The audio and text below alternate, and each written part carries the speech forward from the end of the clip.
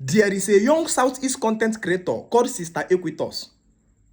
And most time you watch his videos, you will discover the young man is always displaying the disciplinary role that existed between African mothers and their children. The young man is always displaying the kind of discipline, purging, molding that African women exert upon their child until they bring the child to the desired shape or the point of purification.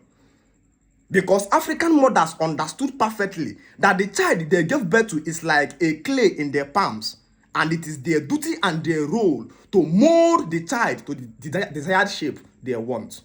So an African woman who complains that she gave birth to a bad child is only revealing the deficiency of her training and discipline. Quite unfortunate that African youth have not understand that this same exact disciplinary role and molding that existed between African mothers and their child is the same exact disciplinary role that existed between the African husband and his wife. To an African husband, her wife is just a little child that does not know her right from her left, given to the palms of this young man to mold her into the desired shape of the family mold the young man desire. And so if we want to understand this perfectly, we begin to understand the principle of leadership that these African women exert on their child to train the child, which our sister Equitos have always showed us. If we understand this principle, we can understand the exact principle African fathers used to mold and bring their wife to the point of family internal peace. Number one, ownership is totally defined. The mother gives birth to the child and takes complete ownership of the child.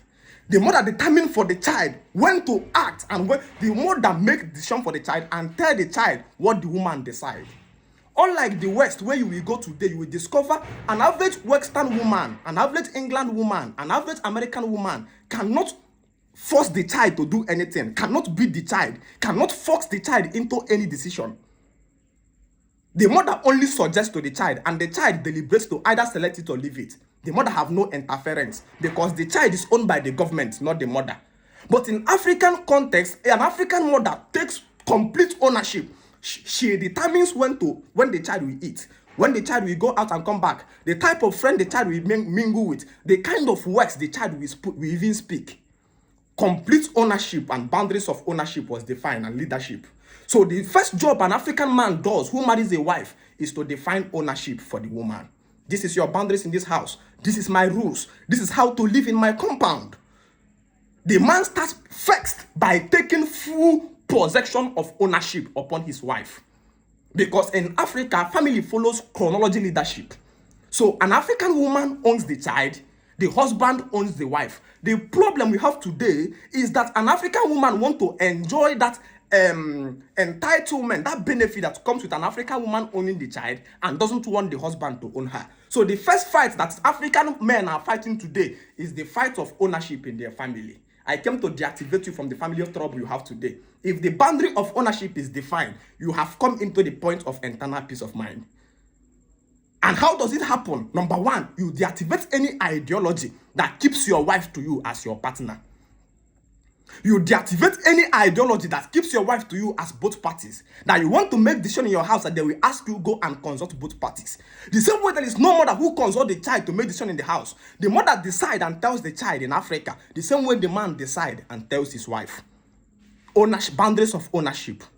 Number two, boundaries of discipline is defined. In the boundaries of discipline, an African woman begin to exert all kind of molding. When you see Sister Equitos, sometimes you will even see where the woman, or the woman will even start beating. The woman will even start telling the child all kind of things that will rewire the child for violence and everything. In the Western culture, there is no woman who dares lays her hand to beat her child.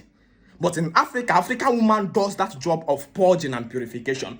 The same way an African man takes the job of discipline upon his wife by taking away love, because love and discipline are mutually exclusive events. Both can never coexist in any setting. The day the managing director of a company began to introduce love to the worker, he has destroyed the boundaries of discipline. Discipline and love are like night and day. They can never coexist. So the relationship that existed between an African mother and the child is called bond, not love. Love is temporal emotional reaction to people's action. Bond is internal entanglement between the both of us.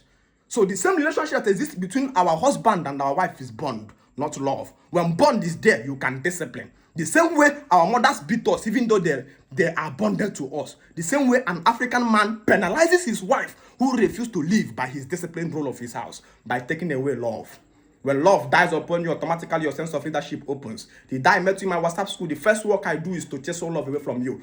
Like a carpenter chases off the unwanted wood from the wood. I will bring your heart, keep it upon table and do you surgical operation. Remove love, keep one place so your sense of discipline can come. The things that makes you laugh is start making you angry. When she calls you babe, you become angry because you know babe is violating my boundaries of ownership. You tell her the time to come back in your house. You tell her the time to answer phone call. You mold, and there are principles of penalizing her if she refuses to live by that discipline rule.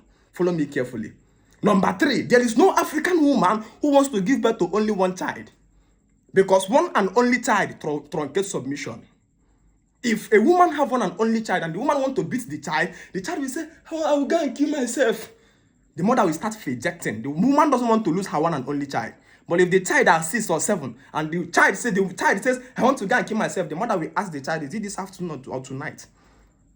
The same way an African man refused to have one wife in his house. The man have 1, 2, 3, 4 wives.